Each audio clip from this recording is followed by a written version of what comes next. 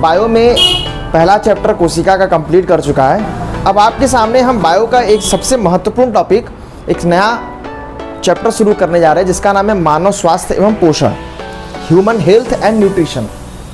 ये बहुत important topic है, इससे हर एग्जाम में कुछ न कुछ क्वेश्चन पूछे ही गए हैं। मतलब आप ये सोचिए कि अगर बायो से क्वेश्चन बने हुए हैं तो आपको इस चैप्टर से क्वेश्चन देखने को जरूर मिलेंगे। जिस प्रकार से हम आपसे कमिटमेंट किए हुए थे कि हम बायो का पूरा सीरीज, पूरा जो चैप्टर है वो 1 बाय 1 करके हम लोग ख़त्म करेंगे, उसी के सेगमेंट में, उसी के क्रम में हम आपके सामने नेक्स्ट चैप्टर लेकर के आए हुए हैं, मानव स्वास्थ्य एवं पोषण। तो मानव स्वास्थ्य एवं पोषण के चैप्टर में सबसे पहले हम आपको बताएं पोषण क्या होता है। दोस्तों, पोषण आपका उपापचय में निरंतर प्रयुक्त होने वाले पदार्थ को जीव अपने बाहरी वातावरण से ग्रहण करता है। इसे जीव का पोषण कहते हैं। मतलब हमारे अंदर अर्थात जीवों के अंदर उपापचय की क्रियाएं होती हैं। क्या होता है उपापचय की क्रिया, हम नेक्स्ट सेगमेंट में, नेक्स्ट पार्ट में इसी को समझाने वाले हैं। लेकिन आप ये समझिए, हमारे शरीर में उपापचय की क्रियाएं, जो भी क्रियाएं होती रहती हैं, उसके लिए हमें क्या चाहिए होता है, बाहरी वातावरण से। जो जीव है वह अपने बाहरी वातावरण से ग्रहण करता रहता है, कुछ न कुछ पदार्थ अपने बाहरी वातावरण से जीव ग्रहण करता है। क्यों ग्रहण करता है? ताकि उसके अंदर की जो उपापचय की क्रियाएं हैं वो आराम से चलती रहें। तो उपापचय की क्रिया को संपन्न कराने के लिए जीव कुछ पदार्थ या बहुत सारे पदार्थ को बाहरी वातावरण से ग्रहण करता है और इसे जीव का पोषण कहते हैं, इसी को न्यूट्रिशन कहते हैं। अब दोस्तों, क्या है उपापचय की क्रिया? क्योंकि इसी क्रिया के लिए हमें बाहरी वातावरण से पदार्थ की आवश्यकता होती है और इसी उपापचय की क्रिया को समझने के लिए हम आपको नेक्स्ट सेगमेंट में, नेक्स्ट पार्ट में उपापचय की क्रिया बताने जा रहे हैं। उपापचय की क्रिया होता क्या है दोस्तों? क्योंकि उपापचय की क्रिया आपको इस पार्ट में, इस चैप्टर में बहुत बार आएगा, इसीलिए सबसे पहले हम इस वर्ड को डिफाइन करना चाहते हैं, इस शब्द को डिफाइन करना चाहते हैं कि उपापचय का मतलब क्या होता है। उपापचय मेटाबॉलिक एक्टिविटी, ये दो चीज से बना हुआ है, उपचय और अपचय। ये दो चीज से, उपापचय, उपचय और अपचय, मतलब ये पूरे क्रिया में दो क्रियाओं का सम्मिलन है। एक उपचय भी होता है और एक अपचय भी होता है। एक कैटाबोलिज्म होता है और एक एनाबोलिज्म होता है। उपचय और अपचय, ये दोनों क्रियाओं का सम्मिलित रूप है उपापचय। होता क्या है दोस्तों? इस डायग्राम को समझने की कोशिश करिए। इस डायग्राम में दोस्तों लिखा हुआ है, इस डायग्राम में देखिए, ये है सेल आपका। हम जो भी पोषक तत्व ले रहे हैं, पोषक तत्व के साथ साथ ऑक्सीजन, ये सभी सेल में गए। सेल में जाने के बाद जो माइटोकॉन्ड्रिया है वो क्या करते हैं, सेल में ऑक्सीजन के साथ पोषक तत्व जो भी हम पदार्थ लिए हैं उसका ऑक्सीकरण होने के पश्चात एनर्जी निकलती है। तो कुछ एनर्जी हम आउटपुट हो जाता है। हम आपके सामने कार्य कर रहे हैं वो कहीं ना कहीं हमने जो भोजन लिया हुआ है उसी का एक परिणाम है, उसी का आउटपुट है। और कुछ एनर्जी हमारे अंदर पहले से स्टोर है। तो कुछ एनर्जी खाने का, कुछ एनर्जी स्टोर होती है और कुछ एनर्जी क्या होती है दोस्तों, कार्यों में उपयोग में लाई जाती है। तो ये जो प्रोसेस है आपका, ये जो प्रोसेस है इसी को बोलते हैं मेटाबॉलिक एक्टिविटी, इसी को बोलते हैं उपापचय क्रिया। भोजन को लेकर के एनर्जी को स्टोर करना और एनर्जी उपयोग में लाना, ये सभी जो क्रियाएं होती हैं, ये सभी क्रियाएं आपके उपापचय के अंदर आती हैं। तो इसी क्रिया को संपन्न कराने के लिए, आप संपन्न कराने के लिए क्या करेंगे दोस्तों, बाहरी वातावरण से पदार्थ को ग्रहण करेंगे। इसे ही जीव का पोषण कहते हैं, इसी को न्यूट्रिशन कहते हैं। पोषक पदार्थ क्या क्या करते हैं? पोषक पदार्थ हमें ऊर्जा देते हैं, पोषक पदार्थ हमें शारीरिक वृद्धि करते हैं, पोषक पदार्थ रोगों से सुरक्षा करते हैं, दैनिक कार्यों में सक्रियता लाने का प्रयास करते हैं। अगर हमारे अंदर दैनिक कार्यों में जो भी हम कार्य कर रहे हैं उसमें सक्रियता है तो कहीं ना कहीं वो पोषक पदार्थों की ही देन है। अगर हमें रोगों से सुरक्षा मिल रही है, जैसे कि अगर कहीं ना कहीं हमें रोग नहीं पकड़ रहे हैं तो उसका कहीं ना कहीं योगदान पोषक पदार्थों का ही है। शारीरिक वृद्धि अगर हुई है तो पोषक पदार्थ के कारण, और अगर हमारे अंदर ऊर्जा है, एनर्जी है, तो वह भी पोषक पदार्थ का ही देन है। तो ये होता है पोषक पदार्थ। पोषक पदार्थ में आप अगर देखेंगे तो भोजन आता है। भोजन में आपको सभी पोषक पदार्थ मिल जाएंगे। ऐसा कहा जाता है कि अगर एक स्वस्थ व्यक्ति दिन प्रतिदिन सामान्य रूप से एक सामान्य अनुपात में भोजन ग्रहण करता है तो उसमें उसे हर पोषक पदार्थ मिलता है। जैसे देखिए, भोजन से हमें ऊर्जा मिलती है। भोजन से होता क्या है, इसीलिए आपको बताएं, भोजन का एक निश्चित अनुपात में और डेली रूटीन में कंटिन्यूटी बना रहना हमारे शरीर के लिए कितना इंपॉर्टेंस है। आप देखिए, भोजन से ऊर्जा मिलती है, भोजन से उपापचय की क्रियाओं का नियमन होता है, रेगुलेशन होता है। जो हमारी उपापचय की क्रियाएं होती हैं, जो मेटाबॉलिक एक्टिविटी होती है हमारे शरीर में, एनर्जी पैदा करने वाली जितनी भी एक्टिविटी होती हैं, उन सभी का रेगुलेशन करता है भोजन और उन सभी का नियमन करता है। रोगों से सुरक्षा और जो वृद्धि होती है शरीर में, वो सब। तो भोजन होता क्या है, पोषक पदार्थों का मिश्रण है, कुछ है नहीं। भोजन है क्या दोस्तों, पोषक पदार्थों का मिश्रण है। ये पोषक पदार्थ कार्बनिक भी हो सकते हैं और अकार्बनिक भी हो सकते हैं। कार्बनिक पदार्थों में आपको प्रोटीन मिलेंगे, वसा मिलेंगे, विटामिन मिलेंगे, कार्बोहाइड्रेट मिलेंगे, ये सब कार्बनिक पदार्थ हैं। और अकार्बनिक की अगर बात करें तो जल है, खनिज तत्व है, ये सब अकार्बनिक पदार्थ हैं। तो आपने देखा कि भोजन क्या है, पोषक पदार्थों का मिश्रण है और ये पोषक पदार्थ कई कार्बनिक और अकार्बनिक रूप में होते हैं। कार्बनिक रूप में कौन कौन से पोषक पदार्थ हमारे भोजन में होते हैं, प्रोटीन, वसा, विटामिन और कार्बोहाइड्रेट। और अकार्बनिक रूप में आपको जल और खनिज तत्व मिलेंगे। ये भोजन था। भोजन से हमें क्या क्या होता है, आपने देखा, ऊर्जा होता है, ऊर्जा मिलता है, रोगों से सुरक्षा होता है, वृद्धि होती है, शारीरिक वृद्धि, और उपापचय की क्रियाओं का नियमन होता है। ये भोजन होता है। भोजन कहीं ना कहीं आपके पोषक पदार्थों का क्या है, मिश्रण है, पोषक पदार्थों का ही मिश्रण है। तो आइए हम आपको मेन सेगमेंट में आखिर ये होता क्या है, मेन हमारा जो क्वेश्चन बनता है ये यहां से ही बनता है क्वेश्चन। इसी को हमें मेनली पढ़ना है, मुख्य रूप से हमें इसी का अध्ययन थोड़ा अच्छे स्तर तक करना है। तो आइए सबसे पहले हम आपको बताएं कार्बोहाइड्रेट्स होते क्या हैं। कार्बोहाइड्रेट्स दोस्तों, कार्बोहाइड्रेट एक कार्बनिक पदार्थ है। कार्बनिक पदार्थ इसका मतलब इसके अंदर कार्बन होता है, अवश्य कार्बन होगा ही होगा। तो कार्बोहाइड्रेट में आपको कार्बन, हाइड्रोजन और ऑक्सीजन मिलेंगे। कार्बन, हाइड्रोजन और ऑक्सीजन के बीच का जो अनुपात होता है वह 1 संबंधित 2 संबंधित 1 होता है। कार्बन, हाइड्रोजन और ऑक्सीजन के बीच का जो अनुपात होता है कार्बोहाइड्रेट में, वह 1 संबंधित 2 संबंधित 1 का होता है। अगर आपको सिंपल, सबसे सिंपल कार्बोहाइड्रेट का नाम याद होगा तो वह होता है ग्लूकोज, और ग्लूकोज का फार्मूला यही होता है C6H12O6। C6H12 जो O6 होता है, ये आपके ग्लूकोज का सबसे सिंपल फार्मूला होता है। और आप देख सकते हैं इसमें कि कार्बन, हाइड्रोजन और ऑक्सीजन में कैसा अनुपात है। अगर हम इसको एकदम सिंपल फॉर्म में कन्वर्ट करें तो 6, इसको काट देंगे 1 जा 2 जा और 1 जा, तो 1:2:1। तो कार्बन, हाइड्रोजन और ऑक्सीजन में, कार्बोहाइड्रेट में कार्बन, हाइड्रोजन और ऑक्सीजन में कैसा अनुपात होता है, 1 संबंधित 2 संबंधित 1 का। ये सिंपल फार्मूला यही होता है CnH2nOn। इसका सिंपल, कार्बोहाइड्रेट का सिंपल फार्मूला होता है। लेकिन आप ध्यान दीजिएगा, एक अपवाद है डीऑक्सीराइबोस शुगर। जो डीऑक्सीराइबोस शुगर होते हैं उसमें आपको ये वाला रेशियो देखने को नहीं मिलेगा। इसमें आपको जैसे देखिए C5H10, तो O5 होना चाहिए था, C5H10O5 होना चाहिए था।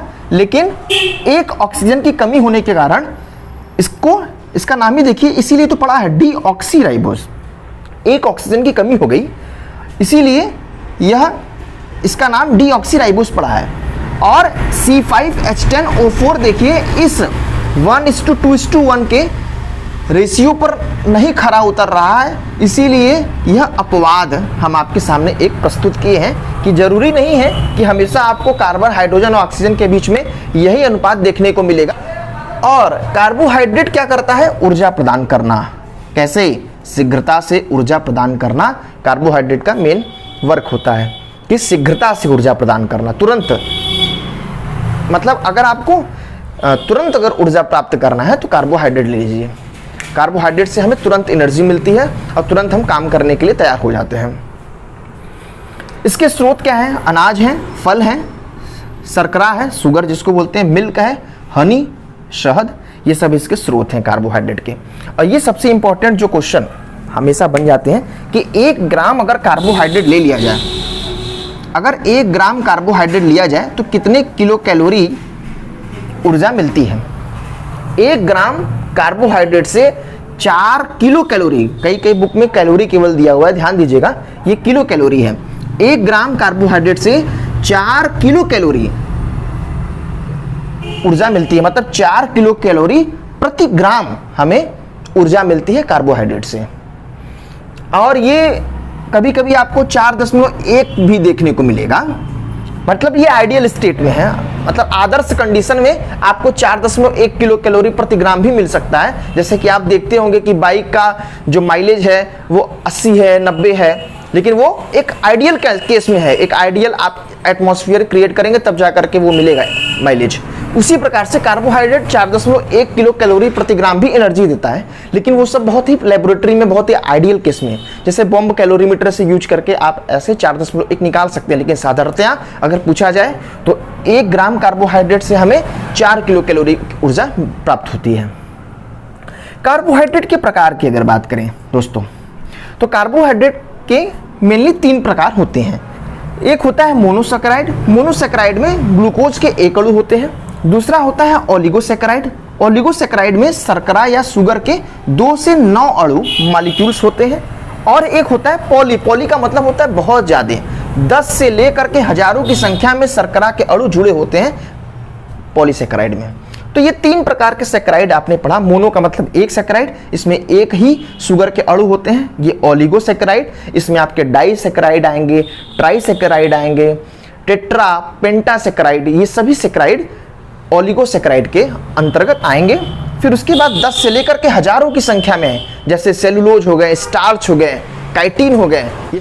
तो ये जो आपने देखा पॉलीसैकेराइड, इसके एग्जाम्पल हैं सेलुलोज, स्टार्च, काइटिन, ये सभी 10 से हजारों की संख्या में शर्करा के अणु जुड़े होते हैं पॉलीसैकेराइड में। मोनोसैकेराइड के अगर उदाहरण की बात करें तो ग्लूकोज हो गए, फ्रक्टोज हो गए, गैलेक्टोज हो गए, ये सभी आपको मोनोसैकेराइड है, इसमें एक ही ग्लूकोज के अणु मिलेंगे। सरलतम शर्करा कौन? मोनोसैकेराइड। सरलतम का मतलब यही है कि इसमें एक ही ग्लूकोज के अणु होते हैं, किसी बहुत ज़्यादा इसमें कम्प्लेक्स फॉर्म में होते नहीं हैं, एक ग्लूकोज के अणु होते हैं, इसीलिए इसको कहा गया है सरलतम शर्करा। मीठा, मीठा होते हैं, जल में घुलनशील होते हैं, वो तो आप देख ही रहे हैं, शुगर जल में घुलनशील होते हैं, और रंगहीन होते हैं। ये हैं आपके मोनोसैकेराइड। मोनोसैकेराइड में आपने देखा ग्लूकोज, फ्रक्टोज और गैलेक्टोज। दूध में गैलेक्टोज होते हैं। फ्रक्टोज भी अगर आप देखेंगे तो अक्सर आप देखेंगे मीठे जो प्राकृतिक शर्करा होते हैं, फलों में अगर आपको देखा जाए तो फलों में आपको फ्रक्टोज मिल जाएंगे। और ये ग्लूकोज, अंगूर शर्करा ग्लूकोज को बुलाया जाता है, ग्रेप शुगर। अब आइए ओलिगोसैकेराइड का बात किया जाए। शर्करा या शुगर के 2 से 9 अणु मॉलिक्यूल आपस में मिलते हैं। अब ये सबसे कॉमन उदाहरण ओलिगोसैकेराइड में डाइसैकेराइड, हमें डाइसैकेराइड तक पढ़ना है। डाइसैकेराइड, ट्राई, टेट्रा, ये सब हमारे सिलेबस में नहीं है और इतना डिटेल में हमें जानने की आवश्यकता भी नहीं है। तो डाइसैकेराइड अगर बात करें, चाहे ट्राई की बात करें, चाहे टेट्रा की, चाहे पेंटासैकेराइड की बात करें, जब जो 2 सिंपल ग्लूकोज के अणु आपस में जुड़ते हैं तो एक बॉन्डिंग बनती है। तो क्वेश्चन पूछा जाता है कार्बोहाइड्रेट में किस प्रकार की बॉन्डिंग आपको देखने को मिलता है, या डाइसैकेराइड में किस प्रकार की बॉन्डिंग मिलेगी, ट्राइसैकेराइड में किस प्रकार की बॉन्डिंग मिलेगी, या ओलिगोसैकेराइड और पॉलीसैकेराइड में किस प्रकार की बॉन्डिंग से ग्लूकोज के अणु मिलकर के एक बृहद आकार के ग्लूकोज या कार्बोहाइड्रेट का निर्माण करते हैं। तो क्वेश्चन ये है कि किस प्रकार का बंध, किस प्रकार का बॉन्डिंग पाया जाता है कार्बोहाइड्रेट में, जिसका नाम है ग्लाइकोसाइडिक बंध, जिसका नाम है दोस्तों ग्लाइकोसाइडिक बंध।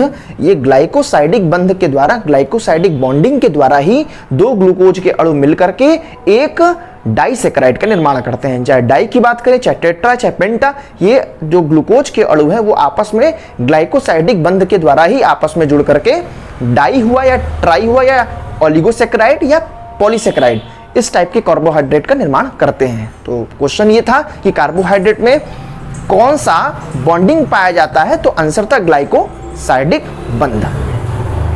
अब पॉलीसैकेराइड की अगर बात करें तो पॉलीसैकेराइड में हमने इससे पहले बताया है कि 10 से हजारों की संख्या में जब शर्करा के अणु जुड़ जाते हैं, कैसे जुड़ते हैं, किस बॉन्डिंग के द्वारा, ग्लाइकोसाइडिक बॉन्डिंग के द्वारा, तो आपको पॉलीसैकेराइड देखने को मिलेगा। इसके उदाहरण है सेलुलोज, स्टार्च, काइटिन, ये जो होते हैं ये सभी ग्लाइकोसाइडिक बॉन्डिंग के द्वारा आपस में जुड़े होते हैं। अब आइए दोस्तों, ग्लूकोज जो है, जो मोनोसेकेराइड का उदाहरण ग्लूकोज है, उसके बारे में एक महत्वपूर्ण तथ्य ये है कि इसे कोशिकीय ईंधन कहते हैं। जो ग्लूकोज है इसे कोशिकीय ईंधन कहते हैं। अंगूर शर्करा इसी का नाम है, ग्रेप शुगर। और जो फ्रक्टोज है दोस्तों, इसको फल शर्करा बोलते हैं, फ्रूट शुगर, और सबसे मीठा प्राकृतिक शर्करा, और शहद में इसी की मात्रा हमें मिलती है। तो फ्रक्टोज भी हो गया, ग्लूकोज भी हो गया, और एक मोनोसेकेराइड था गैलेक्टोज, जो कि दूध में मिलता है। हाँ, दूध में अगर आप बात करेंगे तो लैक्टोज बोलते हैं लोग, लेकिन लैक्टोज एक डाइसेकेराइड है। लैक्टोज का निर्माण हमें ग्लूकोज और गैलेक्टोज से होता है। आइए दोस्तों, अब बात करते हैं डाइसेकेराइड का उदाहरण। डाइसेकेराइड ओलिगोसेकेराइड का ही एक सबसे इंपॉर्टेंट कार्बोहाइड्रेट है, जिसका नाम है डाइसेकेराइड। डाइसेकेराइड में हमें सुक्रोज के बारे में पढ़ना है, हमें लैक्टोज के बारे में पढ़ना है, और हमें माल्टोज के बारे में पढ़ना है।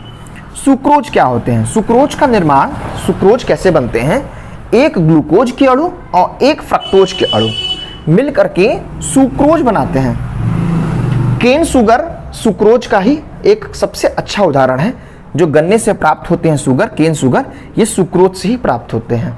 और इसका सबसे इंपॉर्टेंट जो उदाहरण है टेबल शुगर, जो हम लोग आम भाषा में जो हम लोग शुगर यूज़ करते हैं वह सुक्रोज ही होता है, जिसका नाम टेबल शुगर है। मतलब टेबल पर रखा हुआ जो चीनी होता है, मतलब जो हम डेली लाइफ में यूज करते हैं, वही है टेबल शुगर।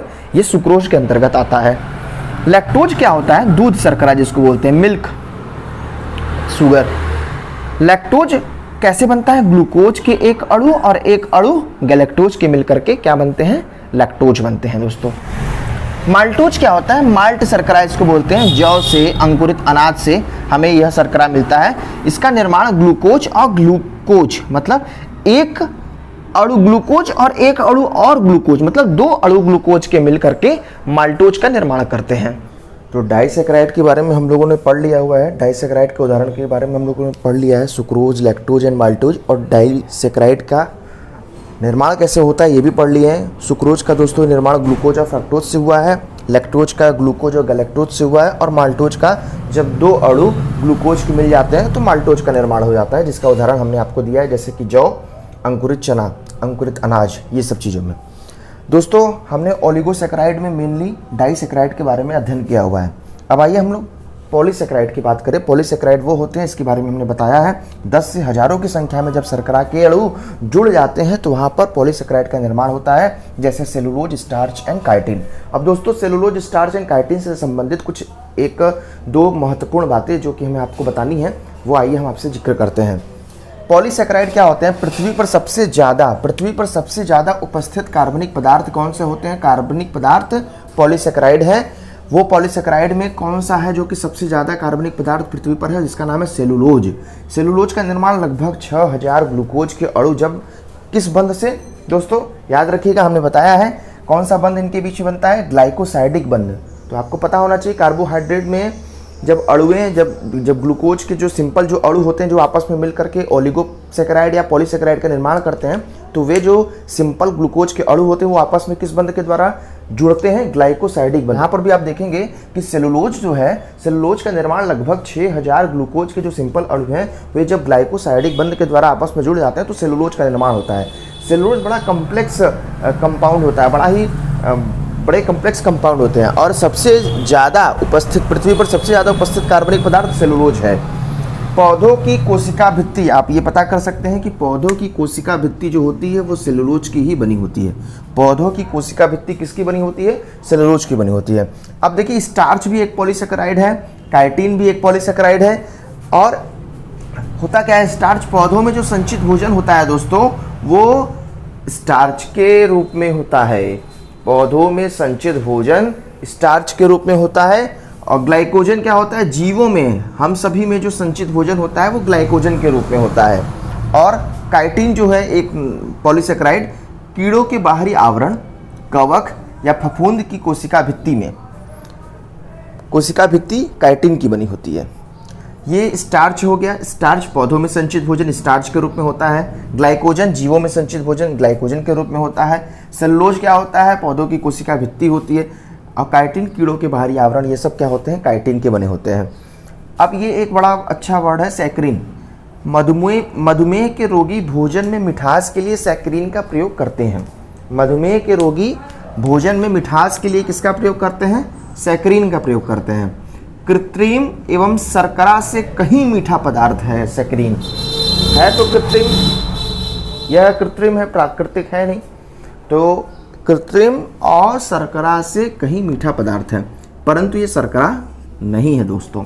तो दोस्तों आप लोगों ने देखा कि किस प्रकार से आज हम आपके सामने कार्बोहाइड्रेट से संबंधित महत्वपूर्ण तथ्य रखे हुए हैं। इसी प्रकार से आप हमारे साथ बने रहिए, और अगर आपको कोई सुझाव हो तो कमेंट बॉक्स में लिख दीजिएगा। अगर आपको लगा हो सेशन आपके उपयोगी है तो सब्सक्राइब कर दीजिएगा और दोस्तों तक शेयर कर दीजिएगा। इसी के साथ मैं आनंद सोनी आपसे एक नए क्लास में मिलूंगा। जय हिंद, जय भारत।